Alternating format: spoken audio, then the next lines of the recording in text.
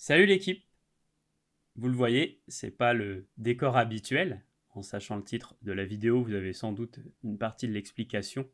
C'est la même pièce dans laquelle j'ai tourné depuis août dernier, mais avec un angle différent. Donc ouais, en effet, j'avais plus besoin du décor parce que tout simplement, je ne vais plus faire de vidéos. Il y a plusieurs raisons à cela. Disons que d'un côté, j'ai perdu la flamme en quelque sorte, et d'un autre côté, il y a un autre chemin qui s'est dévoilé à moi comme une évidence, un chemin qui n'a rien à voir avec le football. Je vais faire en sorte d'expliquer au mieux comment j'en suis arrivé là, de vous faire la rétrospective de ces 4 années sur YouTube, en sachant que mon objectif de base c'était de vulgariser, d'objectiver les débats, d'apporter quelque chose en plus, de pouvoir sensibiliser les gens, les préparer à cette révolution de la data, des statistiques avancées. En 2020, je me lance sur Twitter, c'était quelque chose encore d'assez marginal en France, c'était bien plus développé dans la culture anglo-saxonne, mais aujourd'hui, voilà, c'est vraiment devenu incontournable, on le voit, hein.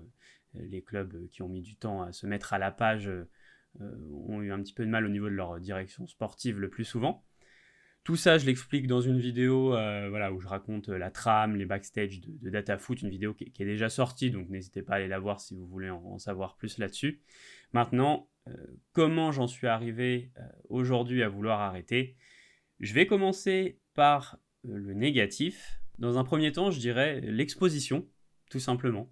J'ai jamais voulu être connu, même si je ne le suis pas forcément. Je me suis fait reconnaître une fois.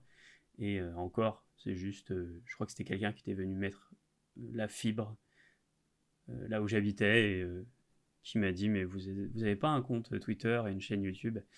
Voilà, bon, c'était loin de pourrir ma vie, mais ce que je veux dire, c'est que j'ai jamais fantasmé la vie de star, même si je sais que on n'est pas des stars, à part peut-être Willou qui serait gêné peut-être en France, mais sinon pour tous les autres créateurs de contenu foot, je pense qu'il y a personne qui est vraiment embêté dans son quotidien. Néanmoins, voilà, c'est pas quelque chose que j'apprécie particulièrement ou que je désire, c'est même quelque chose que je fuis, le fait d'être vraiment connu ou l'exposition sur les réseaux sociaux, voilà, c'est pas du tout quelque chose qui m'attire. Voilà, j'ai mis la cam parce que on m'a dit de le faire. Au début, sur mes premières vidéos, on voyait pas mon visage, mais ça rajoute plus de rythme, on va dire. En tout cas, quand il y a une image un peu figée, ben, on peut regarder le visage de l'interlocuteur qui est en train de s'exprimer. C'est moins ennuyant. Peut-être aussi, enfin c'est même sûr, psychologiquement, ça aide aussi à associer un visage avec un projet, une chaîne YouTube. Ça aide à créer de l'empathie. Voilà, c'est plus facile de se développer quand tu montres ton visage. Voilà, je crois que c'est quelque chose qui a déjà été démontré. Donc voilà pourquoi je l'ai fait, mais en réalité, c'était pas vraiment avec grand plaisir. Et plus j'aurais pu potentiellement être connu, plus ça m'aurait dérangé finalement d'avoir une image publique. Donc voilà, c'est une des raisons, c'est pas forcément la plus grande, ouais, c'est même peut-être la moins significative, mais ça reste quelque chose que j'apprécie pas forcément dans ce que je faisais, donc ça reste voilà, important de le dire. Ensuite, bon, il y a voilà, la critique virulente, ça forcément c'est une des raisons. Alors je dis bien virulente, la critique en elle-même ça a eu du bon et je vais en parler dans le côté positif, mais la critique comme elle est faite la plupart du temps sur les réseaux sociaux, après moi ça va, j'ai quand même de la chance, j'ai une bonne communauté sur YouTube en général, c'est plutôt positif, même si c'est pour souligner des éléments négatifs, mais c'est bien dit, bien fait. Euh, sur Twitter, ça dépend des fois, même si ça va beaucoup mieux qu'au début, avant que j'ai une certaine légitimité. J'ai bien ramassé, il y a eu des moments un peu compliqués, que ce soit avec le grand public, on va dire, mais même certains journalistes, pour ceux qui sont là depuis longtemps, vous savez de qui je parle. Donc voilà, ça a pu être compliqué à certains moments, mais bon, aujourd'hui, dans la globalité, ça reste quand même plutôt cool. Sur Twitter, j'ai appris à m'affranchir un peu des critiques parce que j'ai compris que c'était la mentalité là-bas et qu'il n'y avait rien à en tirer. Sur YouTube, ça me touchait un petit peu plus. Et en fait, c'est complexe quand ton projet est porté par toi-même, que, comme je le disais, tu montres ton visage, etc. Tu incarnes ce projet-là, tu vis le truc, tu passes 10 heures par jour et parfois c'est quand même compliqué de recevoir des critiques, comme je l'ai dit, virulentes ou faire face à certains manques de respect. Tu comprends pas en fait. Tout simplement, tu comprends pas. Tu dis mais à quoi ça sert? Pourquoi le faire de cette manière? Avant d'être youtubeur, avant d'avoir une image publique, je me disais, comme je pense tout le monde, je me disais, bon, t'as juste à en faire abstraction. Surtout moi qui suis dans une configuration dans laquelle j'ai peut-être, je sais pas, 50 commentaires positifs pour 3 négatifs. Mais oui, c'est vrai que tu retiens, tu retiens quasiment que les négatifs. C'est horrible, c'est vraiment horrible. Et aussi que c'est dur de pas le prendre personnellement, que c'est dur de pas y faire attention, de faire comme si de rien n'était. Je sais pas, c'est comme ça, quand t'incarnes ce truc, quand c'est ta passion, je pense que si t'es plus détaché et que voilà, c'est quelque chose d'assez secondaire pour toi, je pense que tu t'en passes, tu réagis pas forcément. Mais ouais, quand t'es vraiment à fond, c'est quand même quelque chose d'assez complexe. Je sous-estimais aussi, mine de rien, la vie de youtubeur au global. Je pense qu'à partir du moment où tu es très connu, en fait, il y a un entre-deux. Mais quand t'es très connu, bah voilà, tu peux déléguer. On le sait aujourd'hui, les youtubeurs, c'est même plus eux qui. On dit créateurs de contenu, mais ils créent pas grand chose. Enfin, pour la plupart, une grande partie, ce sont plutôt des animateurs. En réalité, on leur donne. Enfin, ils ont une équipe qui recherche les idées de vidéos, qui va tout chercher, qui va tout faire à leur place, faire un script, etc. Et eux, ils le lisent globalement. C'est des sortes d'animateurs, ils doivent driver. Faut pas sous-estimer pour autant, ça reste quelque chose. Tout le monde ne pourrait pas faire ça s'ils en sont là aujourd'hui. C'est aussi parce qu'ils ont passé de longues années à construire justement toute cette première phase dont je voulais parler là, qui est en fait une phase ultra ingrate où tu vas tout faire par toi-même. Tu vas faire le montage, tu vas faire tes miniatures. Tu vas chercher les idées de vidéos et en fait ça prend un temps fou. Ça demande un engagement énorme et du coup aujourd'hui, avec le recul que j'ai et quand je vois des gens dire ouais les youtubeurs ils font rien, etc. Même ceux qui sont à des très hauts steps de YouTube et qui du coup ont des équipes pour faire tout le travail de recherche à leur place et eux ils arrivent, ils sont plus qu'à entre guillemets driver le truc, ça reste quand même du travail et d'une certaine manière on remet pas en question les animateurs à la télé, donc il n'y a pas à remettre en question les youtubeurs à ce stade là, mais ils sont passés par tellement d'étapes, tellement de travail, d'acharnement pour pas grand chose pendant longtemps, que finalement c'est normal qu'au bout d'un certain moment, enfin ça prend des dimensions inimaginables. On le voit quand on voit le prix de certains projets de youtubeurs, ça peut aller de 250 000 à parfois 1 million d'euros. Là, c'est totalement autre chose. C'est une entreprise, c'est une société, il y a des employés. Voilà, on change totalement de registre. Mais en tout cas, pendant les débuts, quand tu galères et tu fais tout par toi-même, ça prend un temps fou. Donc voilà, c'est voir des gens dire ouais ça va t'es youtubeur c'est tranquille, etc. Ouais, c'est pas parce que en France on a ce truc là de la méritocratie, alors qu'en plus ça a été plus ou moins démontré qu'elle n'existe pas vraiment, mais il y a une reproduction des schémas et des niveaux de richesse, des niveaux sociaux, mais bref, mais on va se dire celui qui se lève à 6h du mat pour aller faire ci ou ça mérite moins qu'un youtubeur, ou travaille moins. En fait c'est des travaux différents. C'est des travaux qui vont plus s'épuiser physiquement, ça c'est sûr. Tu vas plus vite sans doute avoir des douleurs physiques qui vont avoir des répercussions sur ta vie. Tout comme par exemple un youtubeur aujourd'hui, lui, d'ailleurs, on peut pas dire qu'un youtubeur actuellement connu, ça n'a pas de répercussions sur sa vie. Le gars n'a plus de vie privée, il peut à peine avoir une petite amie et le cacher. Enfin, c'est d'autres problèmes en fait. C'est comme, enfin dans la vie souvent. Choisir ses problèmes aussi d'une certaine manière. Donc c'est pas l'un qui a moins de problèmes que l'autre. Il y en a un qui a beaucoup de douleurs physiques, une certaine charge mentale aussi, hein, parce que tu rentres du travail, t'es très crevé. Enfin, on a tous fait des métiers comme ça à certains moments de nos vies. Mais par contre, voilà, une fois que t'es chez toi, t'es chez toi. Quand t'es youtubeur, le travail, il te suit tout le temps parce que c'est ta passion, tu l'as dans ta tête, tu vas te coucher. Moi, je me relevais à 1h du mat, j'allais réécrire des idées de vidéos parce que ouais, ça te prend la tête, ça te prend toutes tes pensées, t'es jamais vraiment off. C'est vraiment très particulier, il faut le vivre pour le comprendre. Ouais, c'est vrai, mais voilà, tout ça pour dire que c'est pas un métier à sous-estimer et que je vois beaucoup de gens qui rendent le truc cool en disant bah ça va, tu vis de ta passion, t'es youtubeur, etc. Oui, évidemment que c'est un luxe, évidemment que c'est top et c'est mieux que la plupart du reste. Et c'est mieux que dans tous les cas faire un métier qu'on n'aime pas. Mais arrêtez de dire que c'est facile et que tu fous rien et que c'est un truc de branleur ou je sais pas quoi. Franchement, c'est chiant. Ouais. C'est chiant de lire ça et quand t'es de l'autre côté du décor, tu comprends que c'est pas comme ça que ça se passe. Ce métier amène aussi, en tout cas dans notre domaine du football, à faire certaines choses que j'appréciais pas et que j'ai fait aussi. On en a parlé en live pour ceux qui me suivent sur Twitch, mais faire le prouveur. En fait, tu tombes dans un truc où tu as envie de faire le prouveur, vouloir faire croire qu'on était le premier à découvrir un joueur ou qu'on connaît même le joueur alors que c'est faux. Du coup, tu vas mentir, tu vas t'enfoncer dans des trucs.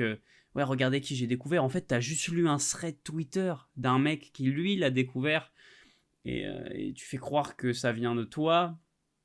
Ou alors, tu as vu juste des statistiques avancées. Et tu vas tomber dans un truc où tu vas te mettre à dire ouais, top dribbleur. Tu sais, on connaît les phrases un peu génériques toutes faites là, on les voit souvent à valeur d'espace, les phrases un peu faciles. Tu sais, tu vas rien dire de tactique, technico-tactique ou des choses comme ça, ou même physiologique, etc. En fait, tu vas juste recracher du lexique facile, attiré par le but, obsédé par le but, etc. Des trucs comme ça. Tu vas faire un enchaînement de phrases un peu facile, ça va donner l'impression que tu connais le joueur. En fait, tu connais que dalle. Je l'ai fait aussi, je l'ai fait aussi à une période. Je me rappelle par exemple le moment où je fais la vidéo sur Guillaume Quérès. C'était peut-être il y a 2 ans, je sais plus exactement. Je sais pas si dans la vidéo je dis que je connais bien le joueur ou que je l'ai beaucoup vu jouer, etc. À ce moment-là, j'ai vu 2 matchs de Guillaume Quérès, sinon je me base juste sur des highlights et des statistiques avancées. C'est catastrophique en termes d'analyse. Et aujourd'hui, j'hésitais à retirer toutes les vidéos où je faisais ça, mais ouais, au début, tu tombes dans un truc comme ça parce qu'en fait, même dans cette configuration-là, j'avais pas le temps de faire plus. J'étais déjà à 8-9 heures par jour, etc. Et du coup, tu te fais un gros prouveur où tu mens en fait pour te donner une légitimité. Et quand tu t'affranchis de ça, et quand je me suis mis à vraiment regarder les matchs, faire beaucoup d'analyses vidéo, etc., notamment depuis les analyses sur Mastrantono, Rodrigo Mora, etc. Là, j'ai vraiment passé un step à ce niveau-là. Je regardais une dizaine de matchs en caméra isolée sur Wisecout et après beaucoup d'actions et des centaines et des centaines d'actions. Et à ce moment-là, du coup, tu vois qui ment en fait. Et ça devient relou parce que tu captes sur les réseaux qui fait semblant de connaître le joueur, qui recrache des trucs qu'il a vu ici et là, mais en fait de mecs qui mentent aussi. Parce que toi, tu l'as vu jouer le joueur, donc tu connais ses affinités, tu sais ce qui est vrai, ce qui est pas vrai. Tu sais reconnaître quelqu'un qui l'a pas vu jouer, et du coup, tu captes que, allez, peut-être 7 personnes sur 10 font semblant sur Twitter ou sur YouTube. Il y en a beaucoup qui vont se faire un avis en lisant l'avis d'un gars, donc comme j'ai dit, qui lui a potentiellement fait croire qu'il le connaît, parce qu'en fait lui a lu un thread peut-être d'un autre gars qui lui n'est pas connu, etc. Et en fait personne va lui donner la lumière. Ouais, c'est horrible, en fait c'est horrible, parce que je sais pas. Et après quand tu te mets à faire beaucoup de travail, comme j'ai pu le faire pour Mora ou Mastrantono ou Ordonez, Chevalier, etc. pour ces grosses analyses là, où ça te prend une semaine entière. Bon, en fait, c'est flippant parce que tu te dis, ouais, maintenant, bah, moi j'ai 12 000 abonnés. Maintenant, il y a un gars qui a peut-être 40 000 abonnés qui lui va pouvoir faire regarder ma vidéo et faire une vidéo d'analyse et juste recracher ce que moi j'ai dit ou j'ai fait le travail et faire croire que lui connaît bien le joueur. En fait, il y a une sorte de truc écrasant comme ça pour moi où des gars très connus sur YouTube ont besoin de faire moins d'efforts sur certaines choses, dans le sens où ils pourraient reprendre les analyses de mecs moins connus sans les citer. Il y en a plein qui le font. Ça se voit, je l'ai vu. Et du coup, passer eux pour des mecs légitimes et qui ont beaucoup travaillé, etc. Et comme ils sont connus, les gens vont pas se poser de questions et personne va essayer d'aller à la source. Ouais, il y a un truc un peu dérangeant là-dessus. J'aime pas cet écosystème. Je le trouve malsain. Et c'est pour ça que sur Twitch, je disais, venez, on dit quand on connaît pas un joueur, venez, on n'a pas peur. Et moi, je suis identifié enfin, je suis un gars du monde de la data, donc forcément, on m'identifie comme un scout, comme un mec qui connaît tous les joueurs et tout. Et vous le savez si vous êtes passé sur les lives, il y a plein de fois on me disait ah, ton avis sur tel joueur. Bah j'ai pas d'avis, je connais pas. Ton avis, et des fois 5-6 fois de suite. Ouais mais lui tu penses quoi? Ah non je connais pas non plus. Bah c'est pas grave. Faut pas avoir peur, je vais pas perdre ma légitimité pour ça, va pas tomber comme ça. Bah non, je pense que les humains peuvent comprendre qu'on peut pas suivre assidûment 300 joueurs. Moi sur une saison, si je suis assidûment 15-20 joueurs, c'est déjà énorme. C'est déjà beaucoup. Faut vraiment se mettre ça en tête. Enfin, faut être conscient de ce que ça implique de suivre le football mainstream, les 5 premiers championnats avec les matchs les plus importants, parce que dans notre situation, on est obligé. Et en plus de suivre des championnats mineurs et de connaître des joueurs qui sont pas encore très bien connus. C'est pas possible. On n'a pas le temps pour ça. Il y a des semaines, moi, au pic de mon visionnage de match où je sais pas, je devais en regarder 14 par semaine peut-être. Alors il y en a qui font plus, mais moi ça me paraissait déjà énorme, 14 par semaine, ça fait 2 par jour, et du coup c'est pas réparti comme ça parce que finalement allez, les semaines de matchs européens, bah t'en regardes un le mardi, un le mercredi, un le jeudi par exemple, tu fais Champions League et Europa League. Et puis le week-end, t'as une dizaine de matchs. Donc non, ça prend la tête à force. Ça prend la tête. C'est énormément de travail et du coup, tu peux pas connaître tous les joueurs. C'est pas possible. Tu peux pas. Et par exemple, avec Gyökeres, c'était un bon exemple. On a vu qu'il avait, qu'il avait vu ou qu'il avait pas vu, qu'il avait bien analysé. Moi, mon analyse, comme je vous l'ai dit, ma vidéo YouTube, elle est basée sur quasi rien. Et il y en a sur Twitter qui après ont expliqué, ont dit c'est un joueur que je verrais pas trop à Arsenal, à Paris, et t'as des gens qui disent ouais c'est un scandale de dire ça. Bah, aujourd'hui, maintenant qu'il est à Arsenal, on comprend pourquoi. Parce que techniquement, sur la première touche, sur même certaines dimensions moins techniques, en tout cas pas balle au pied, mais cognitives de la gestion de certaines situations, on voit que ça marche pas trop. Ça veut pas dire que c'est un mauvais joueur pour autant, mais enfin voilà, par rapport aux attentes qu'il y avait, par rapport au nombre de buts qu'il avait marqué, etc., c'est quand même une petite déception, je pense. À l'heure actuelle, en tout cas, parce que vous le savez, moi-même, je laisse du temps aux joueurs. En général, je mets 3 saisons vraiment à juger vraiment un joueur. Une saison, c'est plus un état de forme. Mais voilà, en tout cas, il y avait vraiment cet aspect-là, toute la dynamique de faire semblant et de devoir faire semblant parce que tu vois que tout le monde le fait. Du coup, ça te donne l'impression que tout le monde connaît vraiment bien les joueurs alors que c'est faux. Du coup, toi, tu as l'impression qu'il faut que tu connaisses tous les joueurs, donc tu vas mentir et en fait, pour te perdre dans un truc où tu recherches une certaine légitimité. Ça sert à rien, c'est ridicule. Il vaut mieux, moins mais mieux. Hein. Il vaut mieux connaître peu de joueurs mais sur le bout des doigts que connaître 500 joueurs et juste avoir vu leurs statistiques avancées. Il y a quelque chose qui... je sais pas si les créateurs de contenu s'en soucient ou pas, mais c'est quelque chose qui me dérange parfois. Une grande majorité de ma communauté me suit pour les mauvaises raisons. C'est-à-dire, je m'entendrai pas avec une grande majorité de ma communauté et je les apprécierai pas particulièrement, enfin pas humainement, mais dans leur raisonnement. Dans le sens où il y a une grande partie des gens qui me suivent juste pour avoir raison. C'est-à-dire que, notamment sur Twitter, mais ils vont partager mon contenu quand ça les arrange, quand ça va dans le sens d'une pensée qu'ils ont, et c'est quelque chose qui est absolument pas pertinent scientifiquement si on va dans cette démarche-là. Il faut essayer de voir aussi là où on a tort. Et eux, ils font un truc un peu sectaire, c'est-à-dire on met le halo sur une seule chose, que quand ça nous arrange, que quand ça va dans notre sens. Ils attendent les posts qui vont leur donner raison, et ils occultent ceux qui leur donneraient potentiellement tort, et quand un post va leur donner tort, ils vont remettre en cause mon travail, on dirait la data, ça sert à rien. Et quand il y a un post qui leur donne raison, ils vont dire vous voyez, c'est ce que je vous dis depuis longtemps, les data le confirment. Fameuse data qui servent à rien il y a une semaine. Ça, je le vois tout le temps. Hein. Les mêmes gars dénigrer la data et après dire que c'est top et quand ça va dans leur sens. Donc ça, ouais, c'est un truc un peu dommage. Je me doutais bien que je pourrais pas révolutionner la communauté footballistique et que tu peux pas changer tout le monde. Enfin, tu peux pas faire en sorte que tout le monde soit le plus pertinent possible dans son raisonnement et dans sa manière d'approcher les statistiques avancées. Mais bon, ça reste quand même un peu dommage quand ton objectif initial, ça a été de rendre le truc plus sain, de faire en sorte que les gens prennent plus de recul dans l'analyse de ces données-là. Bon, bah, ça peut être un peu frustrant parfois de voir ça, même si on s'y habitue et que ça reste humain. Un autre point également, c'est la lassitude, mine de rien. J'ai de moins en moins envie de regarder des matchs de foot. Quand ta passion devient ton métier, faut vraiment bien le gérer. Parce que la passion dans la vie, ça sert à plusieurs choses, mais ça sert aussi à s'évader. C'est le moment où on oublie tout, on pense plus à rien, on se lâche, on se vide l'esprit, on fait juste quelque chose qu'on kiffe. Et quand ta passion, ça devient ton taf à plein temps, bah du coup, c'est plus ce moment où tu t'évades. C'est ton taf à plein temps. Et ce sont d'autres choses qui vont te permettre de t'évader. C'est un peu comme un couple. Quand un couple décide de s'installer ensemble, on va passer à un autre step de la relation. Ça va être différent parce qu'avant, quand on se voyait ponctuellement, on n'avait que le bon. On se voyait pour s'évader, pour oublier un peu notre quotidien, pour s'apporter de l'affection, de la tendresse. Et quand on se met à vivre ensemble, on va trouver d'autres choses qui nous permettent de nous évader, mais ce sera plus notre couple.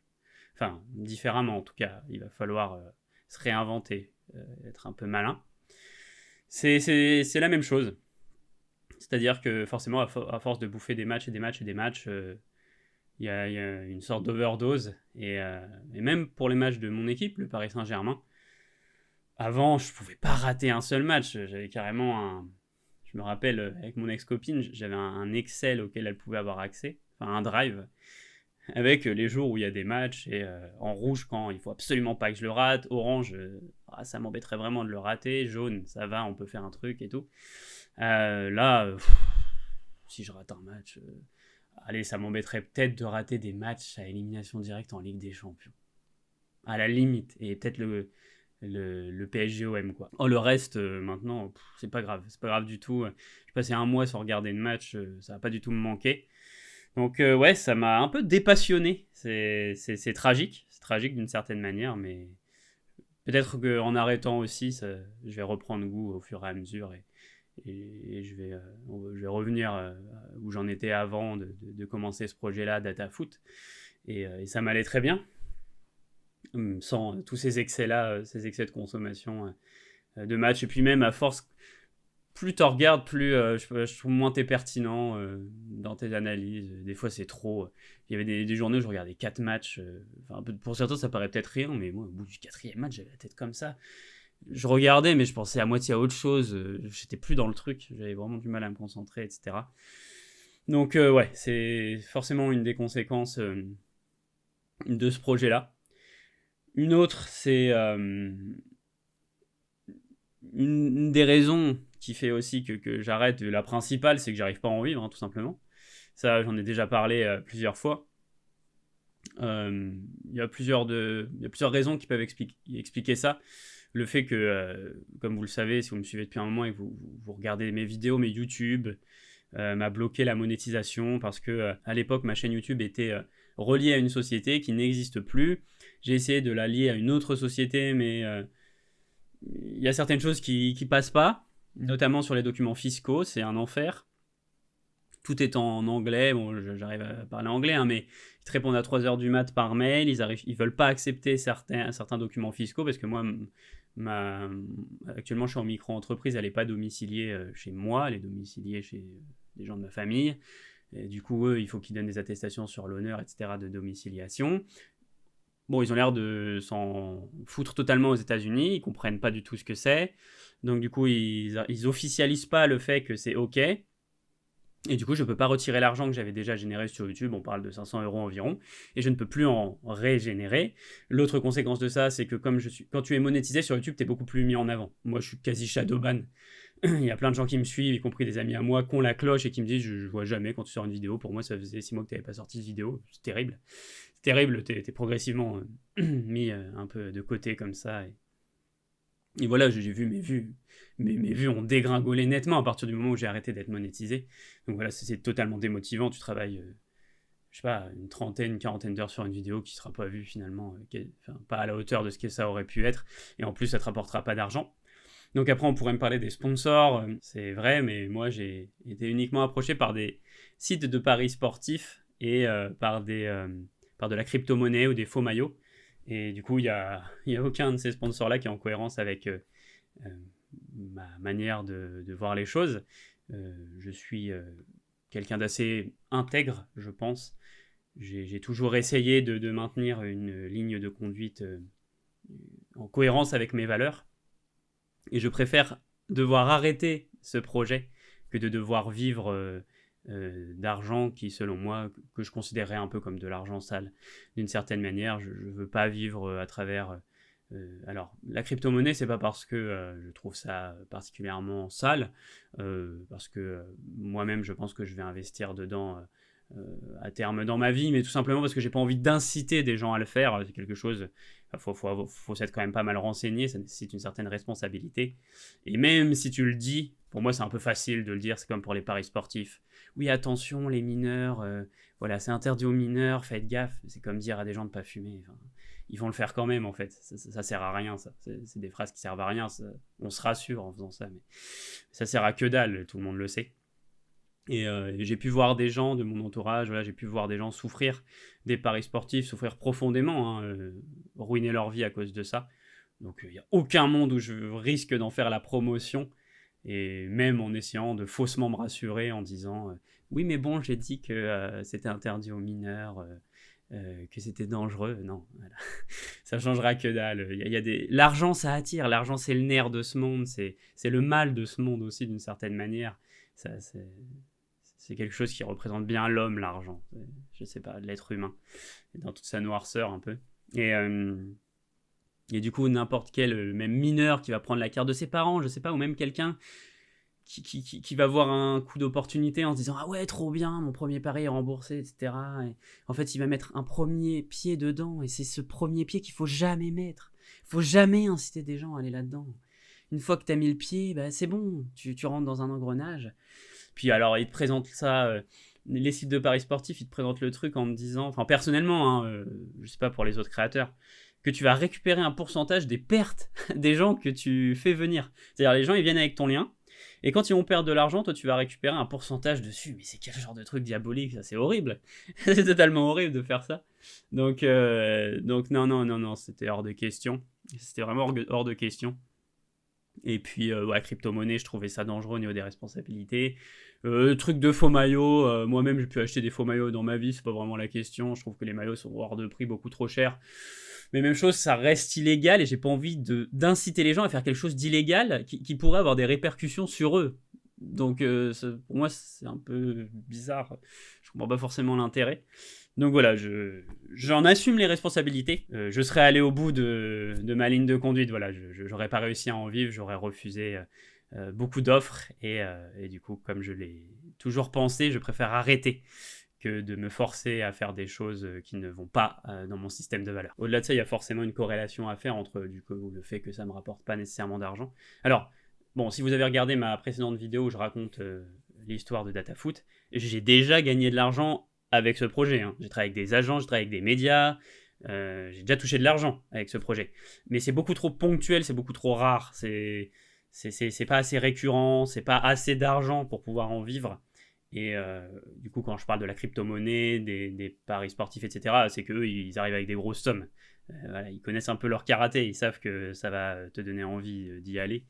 Donc voilà, on va dire que les sponsors ou franchement les organismes qui auraient pu me permettre d'en vivre ne sont pas des organismes qui corrèlent avec ma façon de voir les choses, avec ma ligne de conduite, voilà, comme je le disais précédemment.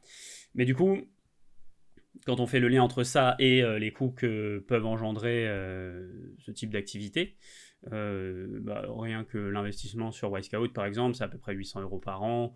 Il y a d'autres coûts. Voilà, tu travailles chez toi, donc le coût de ton électricité.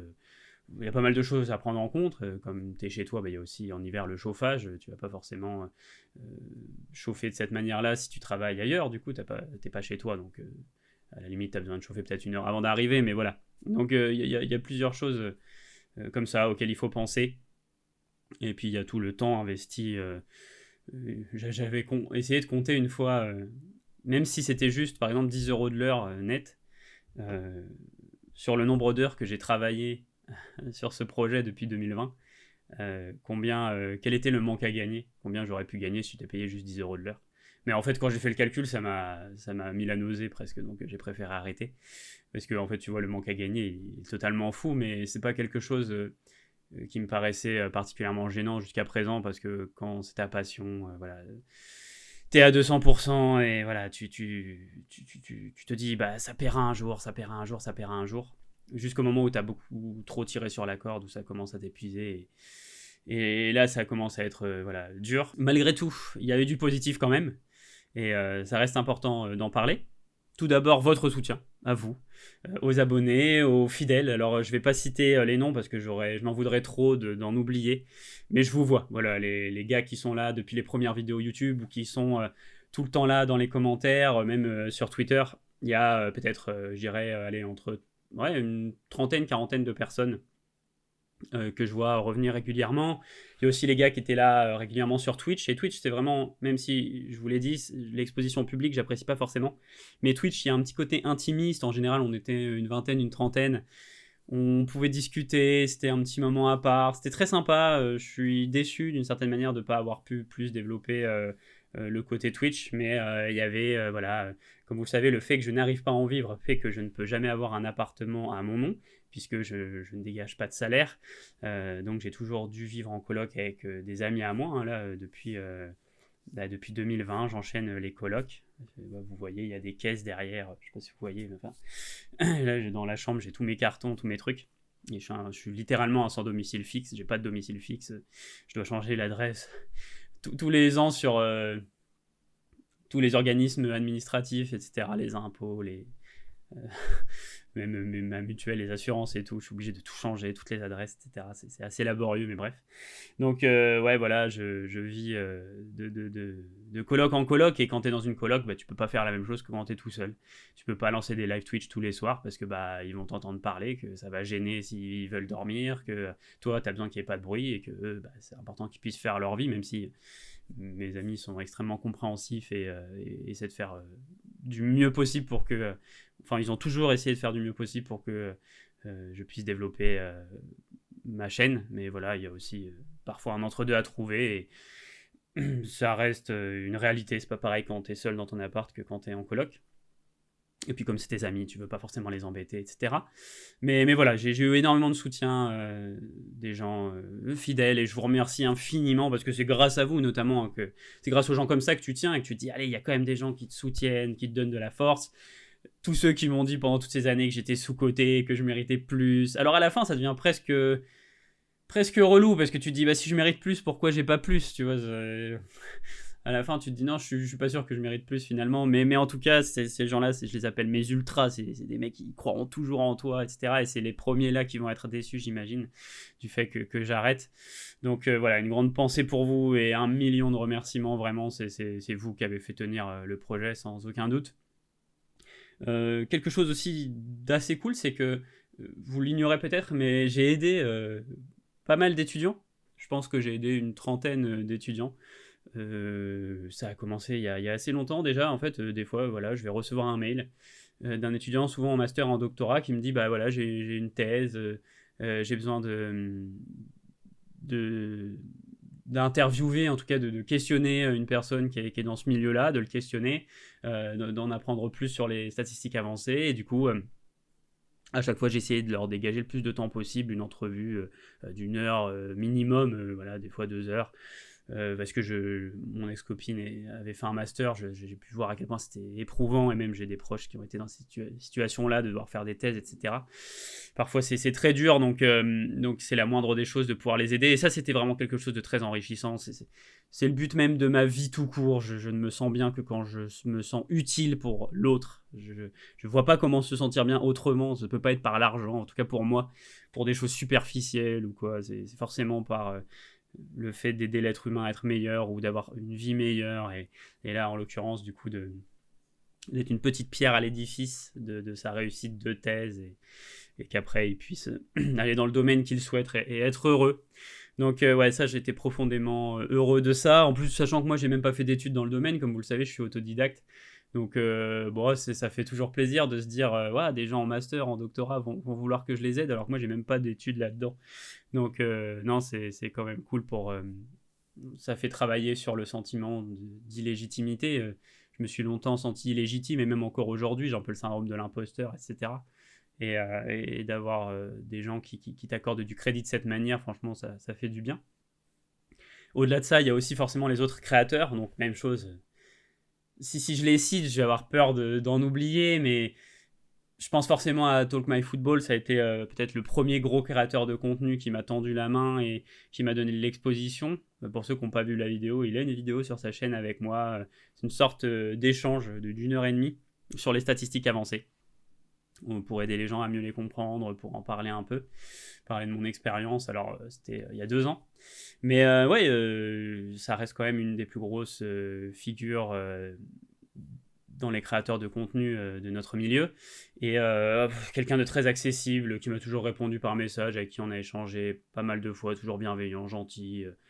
Enfin, franchement, il n'y a rien à redire. Scipion aussi, qui a quand même une bonne visibilité, qui parfois également m'a tendu la main, notamment m'a invité sur des live Twitch pour présenter des jeunes joueurs, et qui m'a donné, je l'ai expliqué dans la vidéo sur le livre là que j'ai écrit, mais qui m'a donné des contacts intéressants. Enfin voilà, bienveillant et accessible lui aussi. Il y a CM Football, Dave, Mikael, Floco, Abdel pour le FC Barcelone. Même sur juste Twitter, qui ont parfois pu, par exemple, Seb Hfoot, qui crée du contenu autour de l'Olympique de Marseille, voilà, qui plusieurs fois m'a proposé de faire des vidéos avec lui, de mettre en avant mon travail. Un Max de Foot qui est venu vers moi, qui m'a aidé quand j'ai eu des problèmes avec YouTube, qui me bloquait mes vidéos. Enfin, beaucoup de bienveillance, et voilà, j'en oublie sûrement les gars de chez Artiguer aussi, qui m'ont invité pour leur podcast. Enfin bref. Voilà, sur ça, sur les créateurs de contenu, franchement, beaucoup d'amour. C'est un milieu dans lequel il y a énormément d'entraide. Il y en a 2-3 qui grattent le contenu des autres ou le contenu des anglo-saxons, qui vont péter les vidéos à droite à gauche, mais bon, on sait qui c'est, on les a cramés. Mais sinon, les autres, franchement, beaucoup de bienveillance. Franchement, des top gars qui te tendent la main, qui n'hésitent pas à te porter vers le haut. Data Scout, qui sont vus comme, entre guillemets, mes principaux concurrents, mais parce que peut-être que dans le paysage médiatique français, en tout cas sur Twitter, on est les 2 plus gros créateurs de contenu autour de la data. Eux, ils arrivent, il me semble, à en vivre, et ils ont beaucoup plus accompli professionnellement. Mais c'est des mecs, pareil, super accessibles, qui, pareil, vont te tendre la main. Il n'y a jamais eu de concurrence entre nous, ça a toujours été se porter vers le haut, des bons conseils. Enfin voilà, c'est top. Maxime, dont j'ai parlé aussi, qui lui m'a énormément aidé pour le livre. Non, enfin, franchement, sur ça, il n'y a pas grand-chose à redire. J'ai été agréablement surpris. T'es forcément déçu de 2-3 mecs, que tu connaissais avant, que tu idéalisais en tant que créateur de contenu, et en fait, quand tu leur parles, ils te mettent des vues, ils te répondent pas, ils font un peu les stars. Mais franchement, je dirais que 8 sur 10, c'est des gars en or, en tout cas sur ce qu'on perçoit et sur le rapport que j'ai pu avoir avec eux dans ce cadre. Évidemment que tu peux être un gars en or dans ce cadre-là et être une immonde personne dans le reste de ta vie, mais sur ça, assez peu de déception au global. Content aussi d'avoir pu avoir du succès d'estime, à défaut de ne pas avoir percé vraiment. J'ai eu le succès d'estime qui m'a enrichi, je dirais. Aujourd'hui, la plupart des journalistes sportifs me suivent, de Canal+, de l'équipe, de Bein, enfin voilà, la plupart de ceux que moi je regardais avant à la télé me suivent. J'ai déjà échangé avec certains d'entre eux. Il y a des chefs de programme, il y a énormément de monde en fait du petit milieu, du milieu en lui-même. C'est-à-dire le grand public, lui, je ne l'ai pas forcément attiré. Mais par contre, les professionnels du milieu, il y a des joueurs de foot qui me suivent. Il y a des mecs de staff technique, mais même du Paris Saint-Germain. Il y a des gars du staff technique du Paris Saint-Germain qui me suivent. Il y a des gars de l'OGC Nice qui m'ont déjà appelé.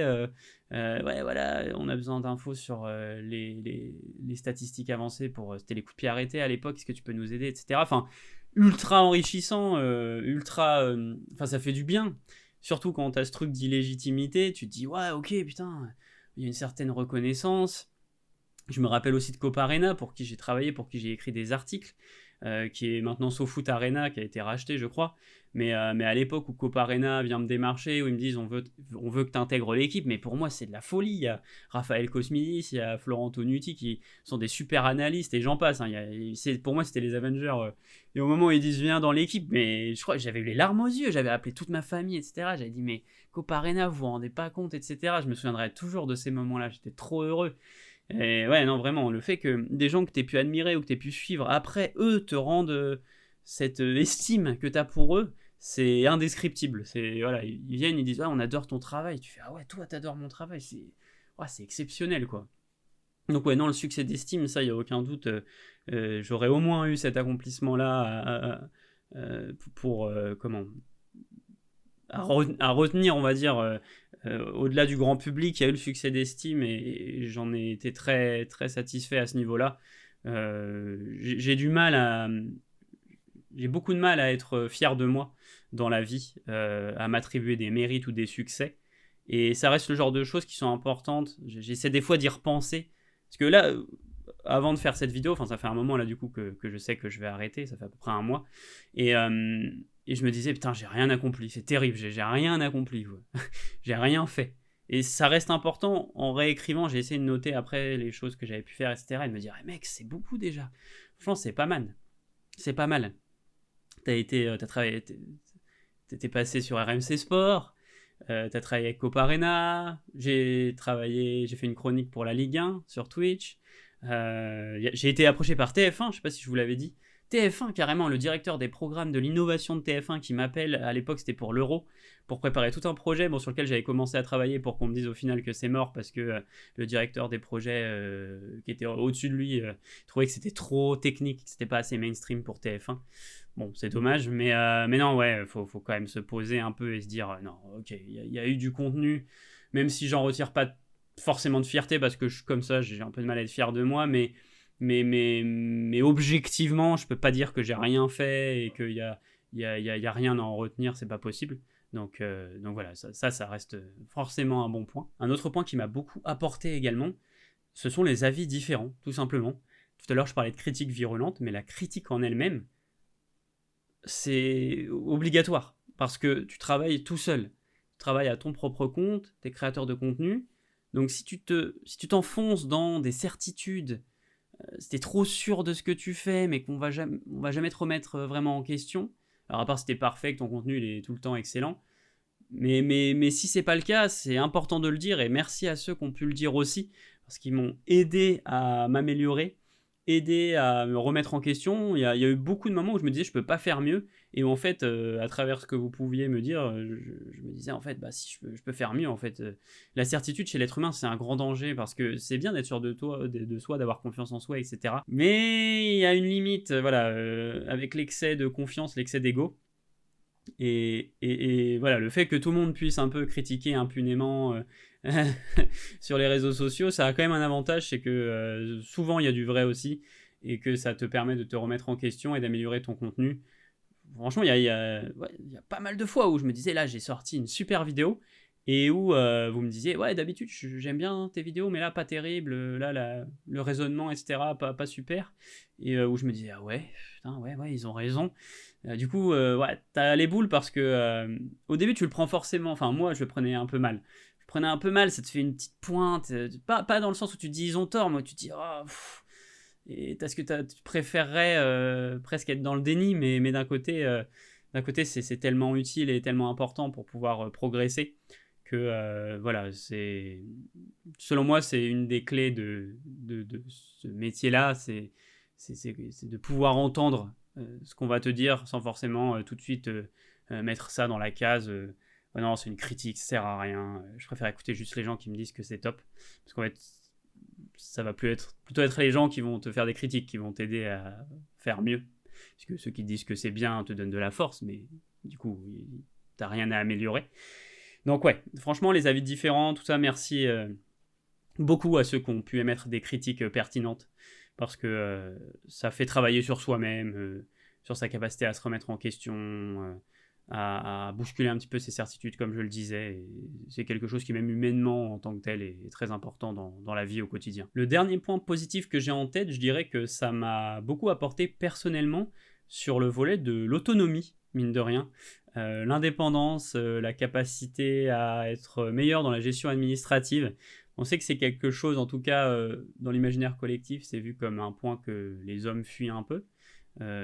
Voilà, où en général, quand ils sont en couple, ils vont laisser leur compagne s'occuper des démarches administratives. J'ai pu être comme ça dans ma vie, et d'avoir dû fermer mon entreprise avec tout ce que ça implique au niveau des rendez-vous avec les différents organismes fiscaux, administratifs, que ce soit les impôts, l'URSSAF, les cabinets comptables, juridiques, etc. Tout le temps et l'investissement que ça demande, tous les coups de fil, tous les mails, etc., ça fait qu'en fait, si je le faisais pas, ça s'arrêterait pas. Ça s'arrêterait, l'entreprise pourrait pas se fermer et je serais dans des situations vraiment compliquées. Donc en fait, j'étais obligé de le faire. Et aujourd'hui, quand je dois faire une démarche administrative, à l'époque, par exemple, là, imaginons que je doive avoir un rendez-vous téléphonique avec les impôts. À l'époque, je me serais dit, ouais, allez, la semaine prochaine, je cale ça la semaine prochaine, même si je pouvais le faire tout de suite. Là, on me dit, tu dois appeler les impôts. L'après-midi même, je les appelle.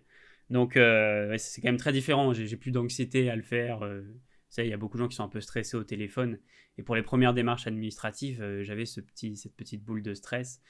Bon, maintenant, c'est quelque chose de très lambda pour moi. Et pour mon développement en tant qu'homme et mon développement dans la vie de tous les jours de mon quotidien futur, c'est quand même d'une grande aide. Si j'avais pas traversé ça, je ne serais pas devenu plus autonome et plus indépendant sur ce volet-là. Et voilà, s'il y a moyen de ne pas faire peser cette charge mentale sur ma compagne à l'avenir, c'est quand même quelque chose d'appréciable. Et même dans mon quotidien en général, on sait qu'il y a beaucoup de gens qui souffrent du fait d'être anxieux sur ce volet-là et qui du coup remettent tout à demain et qui sont dans des situations très inconfortables, comme par exemple... Il y a pas mal de gens qui s'inscrivent à la salle de sport et qui, juste parce que ils n'ont pas la foi de se désinscrire, en fait, vont traîner un abonnement sur un an sans y aller. Un an de salle de sport sans y aller, ça représente quoi, 360 €? Enfin, c'est terrible. Donc, ouais, franchement, je suis content d'avoir que ça ait pu m'aider à développer cet aspect-là. Il y a eu quand même, comme vous le voyez, beaucoup de bonnes choses à en tirer. Je vous disais tout à l'heure que je sais que je vais arrêter depuis un petit moment. En réalité, j'en ai la certitude depuis environ 2 semaines. Mais j'en ai le sentiment depuis décembre, je dirais, depuis la sortie de mon livre. Au moment où j'ai sorti ce livre-là, j'ai eu une sensation d'aboutissement, un grand apaisement, un calme au fond de moi, parce que aussi ça faisait un moment, ça faisait 1 an et demi que je voulais le sortir, ce livre, que je bataillais, que j'ai essayé de...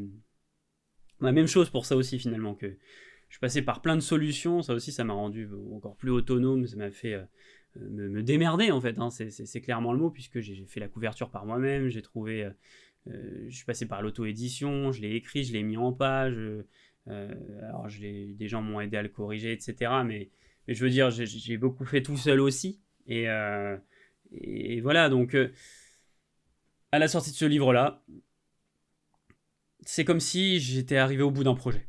Franchement, hein, c'est comme ça que je l'ai ressenti. Et en décembre, pas dernier, mais celui de l'année d'avant encore, donc décembre 2024, j'avais fait une sorte de burn-out. Franchement, j'en pouvais plus. Et pour ceux qui se souviennent, j'avais pas refait de vidéo sur YouTube avant mars, je crois, mars-avril. J'ai eu un grand besoin de souffler aussi. J'avais tellement tiré sur la corde, tellement travaillé, tellement pas pris de temps pour moi. J'étais tellement pas sorti pendant longtemps que j'avais eu ce besoin-là. Et sur cette année-là, 2025, j'ai mieux géré mon temps. Mais malgré tout, en décembre, c'est pareil. À un moment, t'arrives, tu souffles, t'en peux plus, t'es arrivé un peu à bout de force. Et cette sortie de livre-là, parce que c'est quelque chose que je voulais absolument faire. Je voulais dans tous les cas pas arrêter avant d'avoir sorti mon livre. Et une fois que je l'ai sorti, c'est comme si c'est bon, je pouvais arrêter maintenant tranquillement. Et la bataille était terminée. Donc ouais, il y a eu un avant et un après. Et en réalité, depuis, je restais un petit peu dans le flou. Et puis, je dirais qu'il y a une dizaine de jours, j'ai été approché par un des plus grands journalistes français, un des plus influents dans le monde médiatique français, pour, voilà, je ne vais pas citer son nom parce que je préfère que ça reste confidentiel pour lui, mais pour un projet, pour que je sois chroniqueur voilà, dans un projet, que je sois pleinement intégré dedans. Et en fait, j'ai été très surpris. J'ai eu un entretien téléphonique avec lui, où il m'a expliqué en quoi ça consistait. Et quand j'ai raccroché, j'avais rien, j'avais aucune satisfaction, j'avais pas d'enthousiasme. Ça me faisait vraiment rien. On m'aurait dit la météo du jour, ça m'aurait fait pareil. Et l'air de rien, ça a quand même été un certain signal pour moi. Je me suis dit, oh là, c'est bizarre, parce que ça, il y a 6 mois, t'aurais sauté au plafond, t'aurais appelé tes proches. Ça y est, enfin, je vais peut-être pouvoir. Il y a un caillou de plus sur la route qui peut m'amener à en vivre. Et un caillou très sérieux, parce que là, t'es intégré dans un projet avec un des plus grands journalistes français. Et du coup, forcément que tu vas gagner en légitimité, en visibilité, et que ça pourra t'ouvrir des portes. Et au début, je me suis dit, au début, j'ai hésité à accepter et c'était pour les mauvaises raisons. Parce que je me suis dit, mais comment mes proches, qu'est-ce que mes proches vont penser en se disant que ça fait 5 ans que je me bats corps et âme dans ce projet sans arriver à en vivre, en gagnant quasiment rien. Sur 5 ans, j'ai peut-être gagné, je dirais, 6 500 € avec ce projet. Et que là, tu refuses peut-être la plus grande opportunité depuis qu'il a été créé. Enfin, c'est pas peut-être, c'est sûr. Tu refuses ça. Waouh, qu'est-ce qu'ils vont se dire? Mais ce que vont se dire mes proches, c'est pas une bonne raison. Parce qu'on s'en fiche en fait. C'est con à dire, mais on s'en fiche. Parce que c'est ma vie à moi. Et l'important, c'est que je sois heureux. Et c'est pas que je fasse un truc pour plaire aux autres. Si moi, j'en ai pas fondamentalement l'envie. Et ça, c'est quelque chose que j'ai toujours essayé de faire dans ma vie. Je me suis toujours dit, je ferai pas les choses à contre-cœur. Ça veut pas dire ne pas se sortir les doigts du cul. Ça veut pas dire je vais refuser de travailler parce que je l'ai fait. J'ai travaillé à outrance dans ce projet-là. J'ai fait des fois des 12 heures par jour. Je suis déjà relevé à 1h du mat pour travailler, etc. Mais pas à contre-cœur. Je savais pourquoi je le faisais et j'avais envie de le faire. Là, j'avais pas envie de le faire. Donc je lui ai dit. Évidemment, on s'est reparlé entre-temps et je lui ai dit que je ne ferais pas partie de ce projet-là, mais que j'étais très reconnaissant qu'il m'ait tendu la main, parce que dans ce milieu-là, c'est rare comme du pétrole. Ça, j'en ai pas parlé, mais c'est vrai que les gens qui sont très installés dans ce milieu, j'ai parlé des autres créateurs de contenu, mais les gens qui sont très installés, notamment journalistes, etc., il y a à boire et à manger. Il y a à boire et à manger. Il y en a qui sont très contents d'avoir leur statut et qui ne te tendraient jamais la main pour un sou. Il y a ceux qui veulent que tu travailles pour eux et qui te payent ou qui te payent pas. Parce qu'en fait, il faut déjà que tu sois content qu'ils t'aient tendu la main. Ouais, on va te donner de la visibilité. Ah ouais, t'es pas content qu'on soit venu vers toi bon, je sais pas, nous, on va pas payer, quoi. Ça suffit, on te fait de la pub. Ouais, d'accord. Et du coup, ouais, non, sur ça, c'est quand même quelque chose. Donc j'ai été très, très reconnaissant envers lui, que lui ait fait cette démarche-là, et je l'en remercie encore. Mais voilà, j'ai compris à ce moment-là, je me suis dit, oh là, c'est bizarre. Si tu reçois ce genre de nouvelles et que ça te fait que dalle, c'est peut-être parce qu'il faut que tu arrêtes. Faut peut-être que tu donnes cette opportunité, tu laisses cette opportunité à quelqu'un d'autre, parce que j'espère qu'il va se tourner vers quelqu'un d'autre qui lui a plus la dalle, a plus envie d'en faire son projet de vie. Ça aurait été malhonnête de ma part de prendre ce créneau-là à ce moment-là. Voilà, donc j'ai refusé la proposition et je me suis dit peut-être qu'il est temps d'arrêter de tirer sur la corde. Si tu vois que ce genre de truc, ça te fait vraiment rien, ce serait peut-être con là. Ce serait peut-être con de continuer dans un truc où tu vas pas être heureux. Et puis en fait, entre-temps, plus ou moins au même moment, j'ai eu une autre sorte de révélation que je vais garder pour moi, un autre chemin qui n'a rien à voir avec le football qui s'est ouvert. Et qui m'intéresse d'autant plus, qui est lui aussi finalement l'aboutissement et la réunion de tout ce que j'ai pu faire dans ma vie, puisque toutes les expériences professionnelles, en tout cas depuis que je suis en âge de les décider, un minimum, ont tendu vers le même socle, c'est-à-dire aider l'autre. Là, c'était pas le football qui me motivait, c'est le fait d'aider les gens à comprendre la data, d'apporter, de vulgariser. Mais c'est le fait, comme je vous l'ai dit, d'être utile pour autrui. Sinon, je ne comprends pas forcément le but de mon existence. Je n'y trouve pas profondément d'intérêt. Je pense qu'en essayant de mettre un cercle vicieux en place où chacun s'entraide, il n'y a que comme ça en fait que tu vas finalement arriver à du mieux. Et malheureusement, c'est pas vraiment sur ça que la société tend. C'est plus l'individualisme et l'égoïsme, etc. Mais bref, on va pas débattre là-dessus. Donc voilà, comment j'en suis arrivé là aujourd'hui. Je vous dis pas que j'arrête définitivement. Alors, vous allez vous dire c'est facile parce que ouais, c'est comme tous les youtubeurs qui disent j'arrête et en fait ils reviennent 2 mois après. Non, c'est sûr que je reviendrai pas dans 2 mois. C'est sûr et certain. Je dis juste ça parce que ça se trouve dans 5 ans, ma vie aura totalement changé et je me dirais ah tiens, je recommencerai bien. J'en doute, franchement j'en doute. À l'heure actuelle, je dirais qu'il y a 80% de chances que je revienne jamais. Sur YouTube, ah oui, je l'ai pas précisé. C'est vrai que je l'ai pas précisé. YouTube et Twitch. J'arrête YouTube et Twitch. Mais Twitter, vous verrez, je continuerai à poster de temps en temps. Parce que y a quand même une grosse communauté, ce serait bête de lâcher ça du jour au lendemain. Mais c'est juste que je me forcerai plus jamais à poster. C'est-à-dire, il y a des moments, je vais partir une semaine. Avant, quand je partais une semaine en vacances ou des choses comme ça, je préparais entre 14 et 20 posts à l'avance pour la semaine. Ça me prenait beaucoup de temps. Là, c'est fini. Je vais pas le faire. Je vais pas le faire. Je m'en fiche de plus poster pendant un mois. En fait, je ne vais. Mon investissement sur Twitter ne va être régi qu'au gré de mes envies. Quand je vais avoir envie de parler d'un truc ou de faire un post, je vais le faire. Mais c'est absolument tout et ça n'ira pas plus loin que ça. Voilà maintenant ce que sera DataFoot. Sur tout le reste, hop, c'est terminado. Vous n'allez pas me revoir sur YouTube ou sur Twitch. Je sais pas, voilà, si dans X années j'aurai envie de revenir. Franchement, je pense pas. J'ai du mal quand dans ma tête j'ai arrêté quelque chose. Dans ma vie, c'est comme avec les gens, je leur tiens très souvent la main. Je vais beaucoup mettre de cœur dans mes amitiés, dans mes amours, etc. Mais le moment où la main est lâchée et que ça y est, dans ma tête, c'est définitivement terminé, c'est définitivement terminé. La page est tournée. Et là, c'est un peu le cas, je pense, pour ce projet-là. Donc voilà, ne vous attendez pas à revoir d'autres vidéos sur YouTube, du contenu encore sur Twitch ou autre, parce que je pense que je suis arrivé au bout et que j'ai trouvé une autre direction que j'ai envie de suivre et qui, j'espère, me rendra profondément heureux.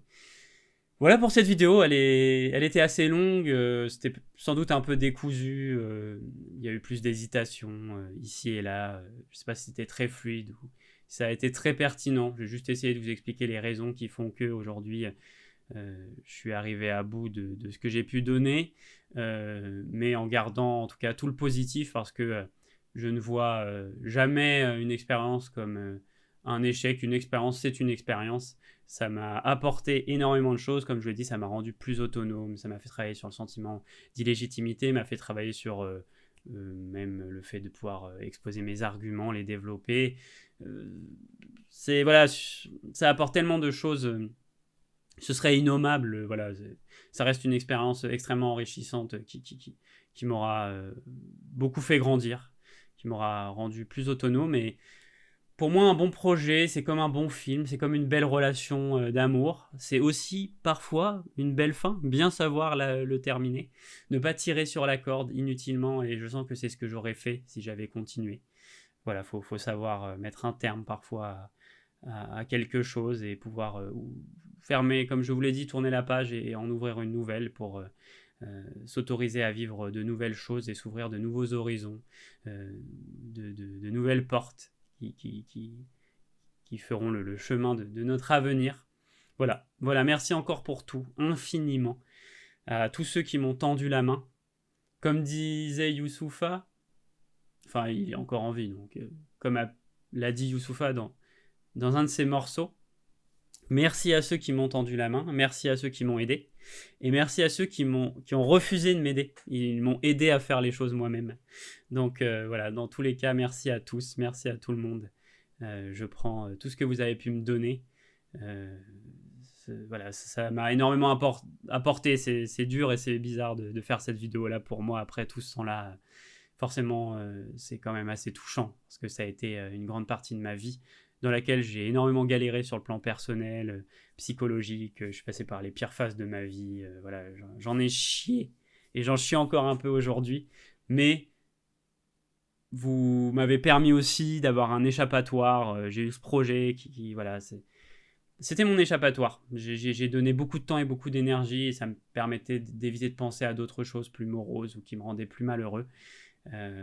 Voilà, ça aura été aussi une thérapie d'une certaine manière. Il faut poser des mots dessus, ça aura été une thérapie. Donc voilà, énormément de bien, énormément de bonnes choses. Je vous souhaite à tous le meilleur, à tous de réussir vos projets et aussi de comprendre quand il est temps d'arrêter. Il y a quelque chose d'assez néfaste selon moi dans le paysage médiatique actuel, en tout cas sur les réseaux sociaux. Ce sont les créateurs de contenu qui vont vous dire que vous pouvez y arriver si vous le voulez, qu'il faut juste que vous vous bougiez le cul, qu'il faut jamais abandonner, etc., etc. Dans mon cas, je vois pas ça comme un abandon, je vois ça comme une fin raisonnée, c'est-à-dire qu'il faut que j'arrête de tirer sur la corde là. Ce serait con de continuer. Et des fois, c'est le cas. On vous parle tout le temps des gens qui ont continué, et qui ont fini par y arriver au bout de 10, 15 ans et qui aujourd'hui sont multimillionnaires. Mais personne vous parle de ceux qui en ont chié pendant 30 ans et qui ont ruiné leur vie. Donc effectivement, il faut croire en vous et j'ai cru en moi pendant 5 ans. Au début, je m'étais donné 3 ans. J'ai tiré sur la corde pendant 2 ans supplémentaires. Maintenant, il faut savoir s'arrêter. Voilà. Des fois, il faut se mettre des deadlines. Je veux pas savoir ce que je peux pas devenir. Ça se trouve, si j'avais continué pendant 1 an, j'aurais eu un succès énorme dans ce milieu-là, mais j'ai pas envie de ce succès-là. Comme je vous l'ai dit, je l'ai eu l'opportunité. On est venu vers moi, on m'a dit viens participe à un projet, et j'ai pas envie de le faire. J'ai pas envie, donc je ferai pas quelque chose à contre-cœur. Restez fidèle à vos principes, restez fidèle à vous-même, croyez en vos rêves, en vos projets, et tentez. Vous voyez, ce qu'on peut retenir, c'est que j'ai tenté le coup. J'ai tenté le coup, j'ai perdu beaucoup, ok, mais j'ai gagné énormément sur d'autres points. J'ai gagné énormément sur d'autres points. J'ai fait de très belles rencontres. Je suis devenu plus autonome. Voilà, ça a été une thérapie. Bref, on va pas. Je commence à me répéter. Voilà. Je suis en train de partir dans un truc où je vais me répéter pendant 100 000 ans. Mais en tout cas, voilà, lâchez rien, croyez-y. Si ça doit s'arrêter, ça s'arrêtera. C'est pas grave. Vous allez recommencer autre chose. Au moins, vous avez été capable de le faire une fois. Vous pourrez le refaire. Vous aurez plus confiance en vous. Et c'est tout le pire que je vous souhaite. Voilà, soyez ce que vous voulez être. Et c'est déjà assez, ça demande déjà assez de courage dans cette société-là qui vous détruit, qui vous rabaisse, qui vous enferme dans des carcans, dans des statuts, qui vous parfois vous bloque, vous empêche de penser plus grand. Et parfois, c'est pas grave de pas être plus grand. C'est pas grave de pas être le meilleur, le plus fort. En fait, c'est même jamais grave de ne pas l'être. Tant que votre petite vie vous convient, peu importe le quotidien que vous menez, l'important c'est d'être heureux et d'essayer de faire le bien autour de vous. Voilà, c'est tout. Je vais vous laisser sur ces paroles-là et je vais vous souhaiter le meilleur pour la suite. Merci encore pour toute l'équipe.